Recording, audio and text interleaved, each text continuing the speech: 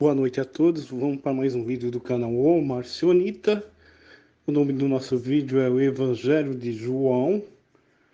Nos revela o Deus verdadeiro, o Pai de Cristo, de Cristo. O Evangelho de João tem algo muito interessante e revelador, diferente dos três evangelhos sinóticos. O Evangelho de João parece ser até um evangelho marcionita. Ele é bem explícito para quem não tem as premissas da Igreja Católica, que Cristo, Crestos, é o enviado de um Deus, até então desconhecido entre os humanos, que promete a todos que o Velho Testamento não pode prometer, ou seja, a vida eterna nos céus. Esse Deus tem as premissas diferentes do Deus conhecido pelos judeus, Jeová, o Deus que deu as leis do Sinai.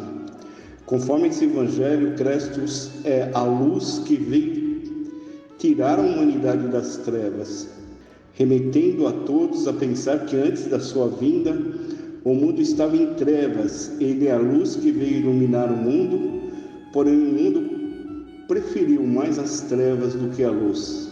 Espero nesse vídeo despertar em você o conhecimento do Deus verdadeiro, anunciado por Crestos. Gosto muito desse versículo. Lucas 10:22. Tudo por meu Pai foi entregue, e ninguém conhece quem é o Filho senão o Pai, nem quem é o Pai senão o Filho e aquele a quem o Filho quiser revelar. Agradeço ao Filho Isocrestos de ter me revelado ao Pai, o Pai. Espero que Ele também te revele seu Pai a vocês. O Evangelho de João, Crestos, revela o Pai, o Deus verdadeiro para os judeus. Em João 7, 28 e 29, clamava, pois, Jesus no templo, ensinando e dizendo: vós conheceis-me e sabeis de onde eu sou, e eu não vim de mim mesmo, mas aquele que me enviou é verdadeiro, o qual vós não conheceis. Mas eu o conheço porque dele sou e ele me enviou. Olha que interessante, né? Mas aquele que me enviou, Crestos diz, este é o verdadeiro, ao qual vós, os judeus, a qual ele estava se referindo, não o conhecem. Isso é bastante interessante. Em João 8, 18 e 19, eu sou o que testifica de mim mesmo, e de mim testifica o Pai que me enviou. Disseram-lhe, pois onde está seu Pai? Jesus respondeu, não me conheceste a mim e nem a meu Pai? Se vós conhecesseis a mim, conhecereis a meu Pai. Então, como os judeus não conheciam Jesus ou Crestos, eles também não conheceram o Pai, porque o Pai era bem diferente do Deus do Sinai, né? As suas premissas eram totalmente antagônicas ao do Deus do Sinai. Em João 8, 54 e 55, Jesus respondeu, se eu me glorio a mim mesmo, a minha glória não é nada. Quem me glorifica é meu Pai, a qual vocês dizem que é vosso Deus. E vós não conheceis, mas eu o conheço. E se disser que não conheço, serei mentiroso como vós, mas conheço e guardo as suas palavras. Então, Crestos, Jesus, ele está aqui dizendo que realmente eles não conhecem o Pai. A missão de Crestos é justamente descer do céu, né, do oitavo céu do pré-Roma, justamente para trazer a mensagem do Deus verdadeiro, do Pai, não a mensagem do Deus do Sinai, né, que a gente pode extrair dos profetas, né, do Velho Testamento. João capítulo 8, 41 e 42. Vós fazeis a obra de vosso Pai. Disseram-nos, pois, não somos nascidos da fornicação, temos um Pai que é Deus. Disse-lhe, pois, Jesus, se Deus fosse vosso Pai, certamente me amareis, porque eu sei e vim de Deus e não vim de mim mesmo, ele me enviou. Ele está mostrando para os judeus, realmente, se eles conhecessem realmente quem era o Pai, o Deus verdadeiro, justamente amariam a Cristo, porque Cristo realmente é que veio trazendo a mensagem de libertação, né? Veio trazer a luz verdadeira que ilumina todo ser humano. Em João 3,13, ora, ninguém subiu ao céu, senão que desceu do céu, o Filho do homem que está no céu. Isso é bastante interessante, né? Nós já vimos algumas pessoas no Velho Testamento, né? Subindo ao céu, Elias, Enoque, subiu ao céu. Mas qual é esse céu que Jesus aqui está mencionando? Que céu é esse que ele diz que nunca ninguém nem desceu e nem subiu a esse céu? É justamente o céu de onde que ele veio, do pré-Roma, acima do 8º céu, né? O lugar dos espíritos de luz. Então ele mesmo diz em outras passagens, que a gente vai citar mais para frente, eu não sou desse mundo. Ele fala, vós sois de baixo, eu sou de cima, vós sois desse mundo, e desse mundo eu não sou. Ele não é desse sistema de coisas, ele não é da criação de Jeová, ele não é da matéria, ele é da antimatéria. Por isso que em São João diz, ele é luz, ele habita aonde estão os espíritos de luz.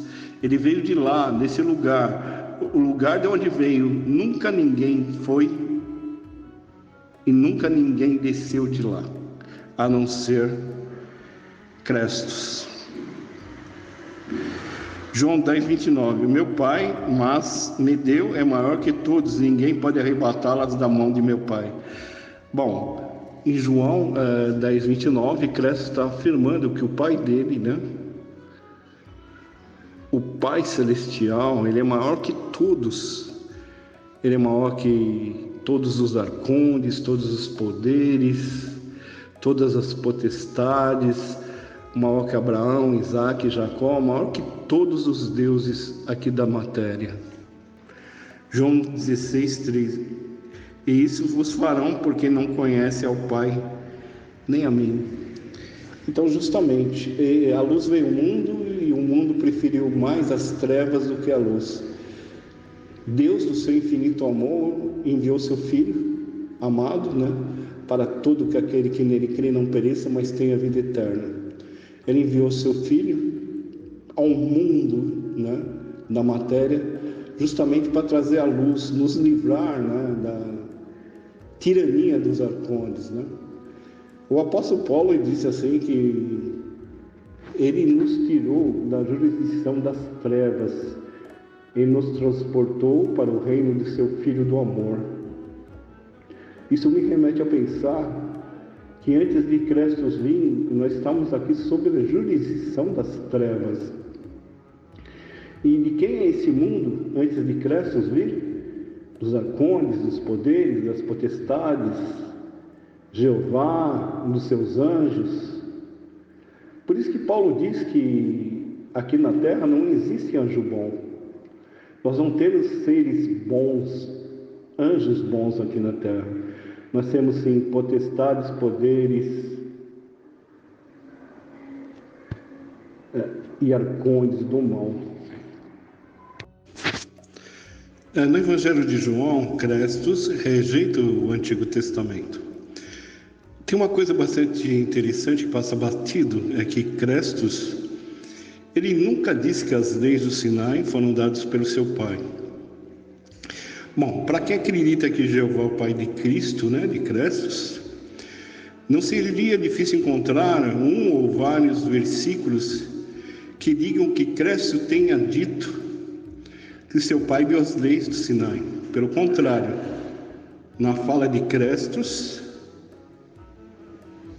sobre a lei, ele nos dá certeza que ele não deu essas leis. Ele fala assim, ao invés, ele poderia ter dito, né, as leis dadas por meu pai. No entanto, ele diz assim, vossa lei, João 8:17, a vossa lei está também escrito que o testemunho de 2 ou 3 é verdadeiro.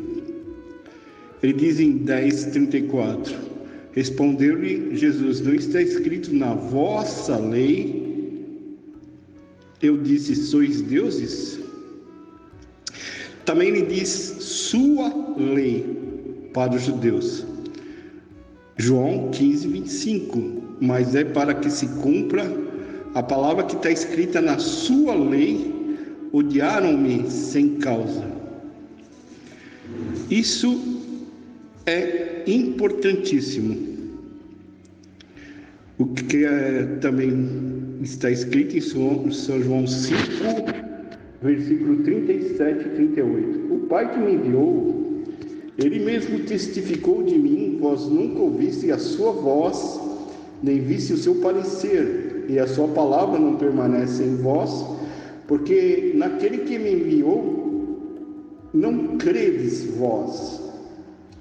Bom, a gente sabe que o Deus do Velho Testamento falou com muitas pessoas no Antigo Testamento. Com Abraão, falou com Moisés na sarça, falou com Isaías e outras pessoas.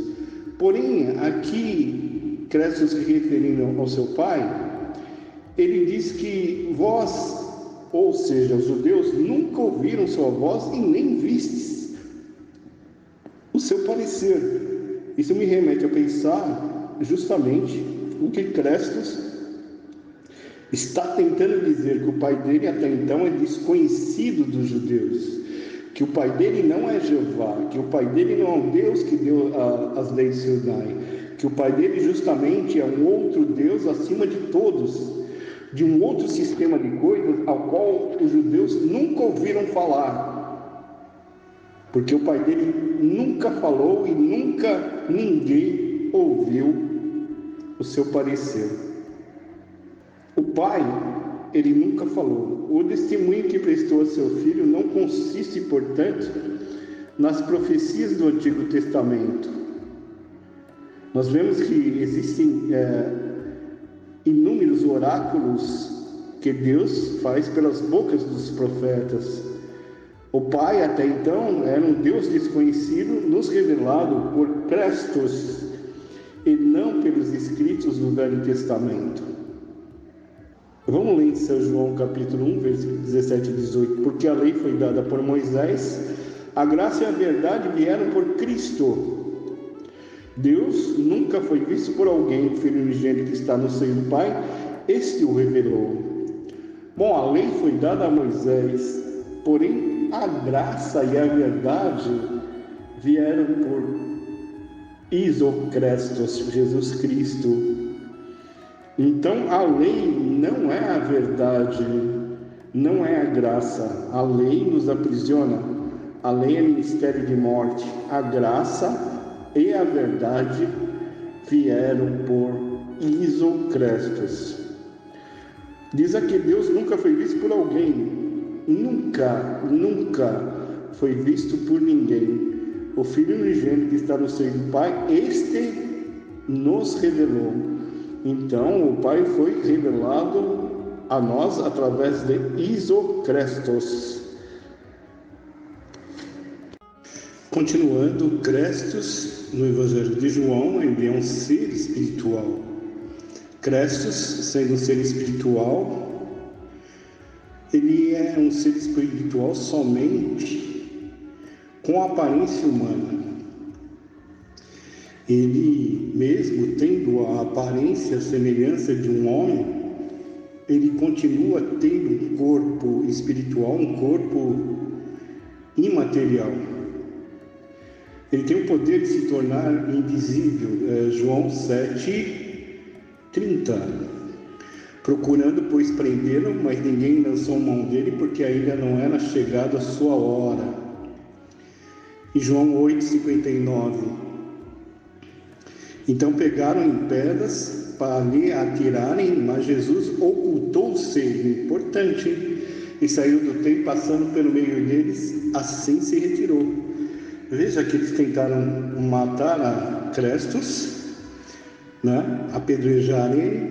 No entanto, ele se volta e passa no meio das pessoas, né? sem eles perceber, ou seja, ele se torna invisível.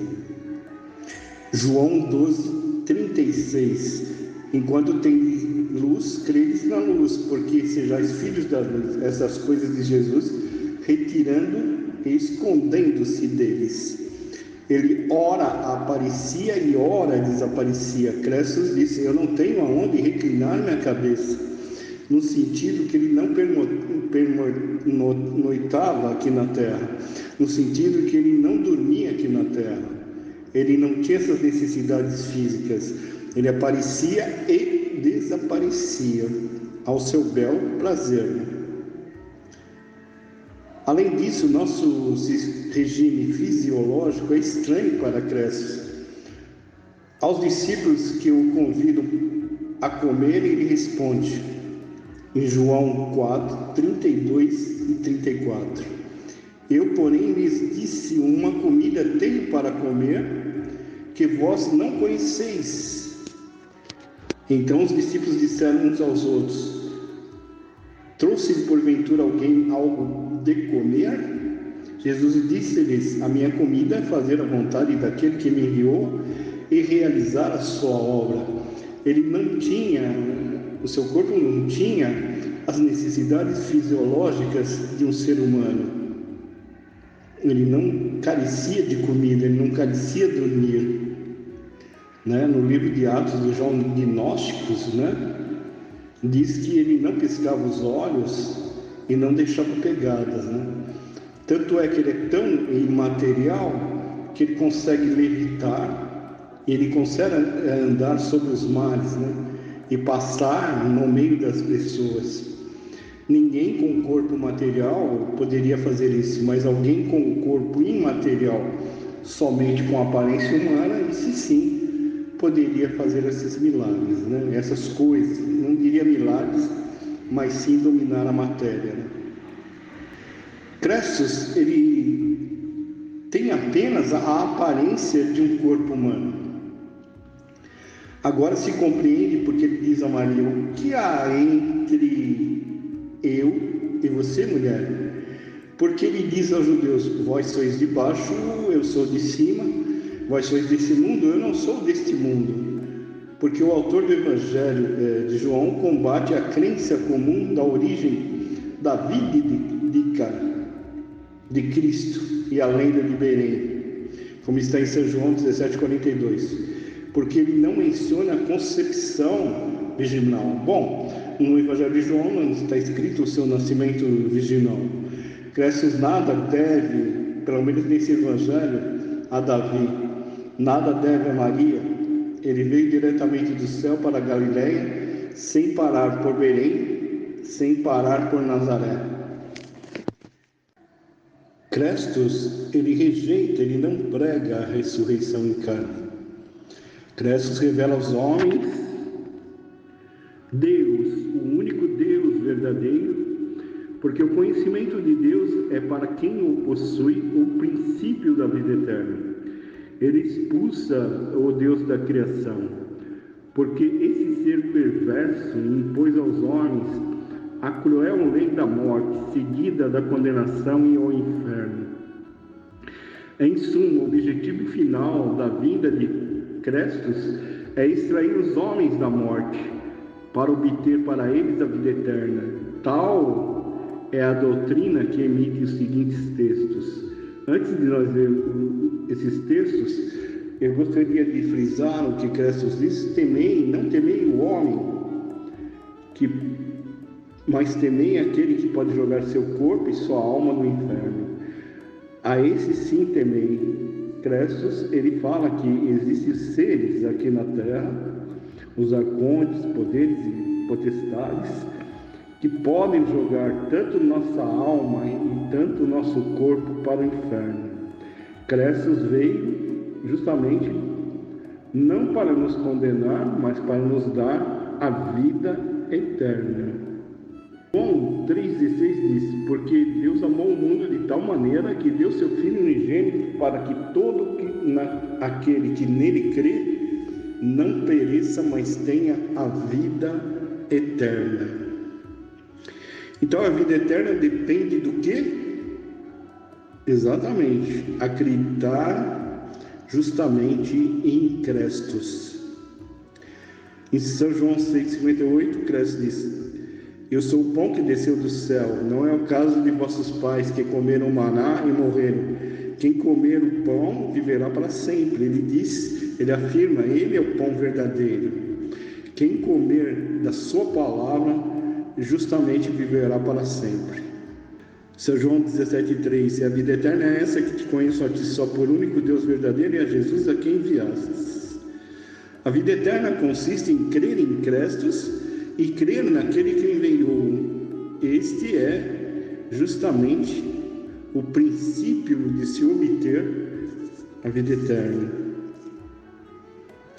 Visto que a ressurreição é a transição da morte para a vida, o cristão é doravante ressuscitado. A ressurreição é um fato consumado nele, mas essa ressurreição é de ordem espiritual. O autor do quarto evangelho rejeita o dogma judaico da ressurreição do corpo. Ele a substitui pela ressurreição da alma, que tem o princípio no conhecimento do Deus verdadeiro. Crestos, ele prometeu e pregou a vida eterna nos céus, coisa que nós não vemos em lugar nenhum, nem na Torá, nem na Taná, nem no Velho Testamento. Os arcontes não podem prometer vida eterna para ninguém nos céus. Assim, alguém que pode, Crestos. Crestos luta contra o príncipe desse mundo. Ele veio à Terra para revelar o Deus verdadeiro, o único Deus verdadeiro, o Pai, aos homens que não conheciam. Mas ele veio também com a missão de travar uma batalha contra o diabo. Em relação ao Pai, o diabo é inimigo, pois esse é o sentido da palavra grega diabo. Essa inimizade é atestada por Crestos quando é afirmado que ele veio para destruir as obras do diabo. Além disso, é inevitável, pois Deus é bom e o diabo é mau. Como mestre do mundo, príncipe desse mundo, o diabo, ele é a fonte de onde emana toda a autoridade política. Pilatos, ele se gaba do poder da sua vontade para matá-lo ou livrá-lo. Crestos responde, 19:11: Não podereis ter poder contra mim se não te fosse dado do alto. Depois acrescenta: Por isso, quem me entrega a vós comete um pecado maior. Essa resposta contém duas afirmações. Na primeira, aprendemos que Pilatos detém sua autoridade do alto, que vem de um ser superior aos homens, de um ser ao qual ele é temente e ao qual deve obedecer. De acordo com a segunda afirmação, é esse ser superior, é esse ser de cima que entregou a Cristo a Pilatos, e por isso a responsabilidade de Pilatos na morte de Cristo é mitigada. O grande culpado é o ser de cima que colocou o seu procurador Pilatos em uma situação difícil. Esse ser de cima, que é feroz contra Cristo, a ponto de entregá-lo a Pilatos, é o inimigo, o diabo. Ele nos aparece aqui como detentor soberano da autoridade política da qual deu uma parcela ao governador romano. E esta é a lógica das coisas, visto que o mundo inteiro está nas mãos do maligno, e que esse maligno é o príncipe desse mundo. Ele nos aparece aqui como detentor soberano da autoridade política da qual deu uma parcela ao governador romano. Esta é a lógica das coisas, visto que o mundo inteiro está nas mãos do maligno, e que esse maligno é o príncipe desse mundo.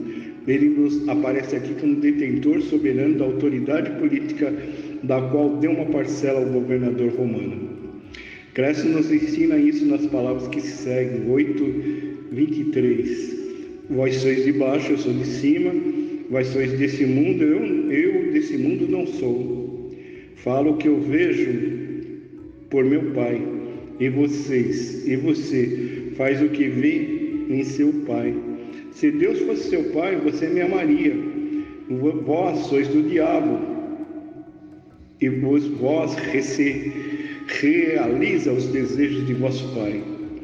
Os judeus são do diabo, o diabo é seu pai. Eles são seus filhos, por isso eles são aqueles de baixo. Por isso eles são aqueles do mundo. Se alguém é de cima, se alguém não é desse mundo, esses são os filhos de Deus.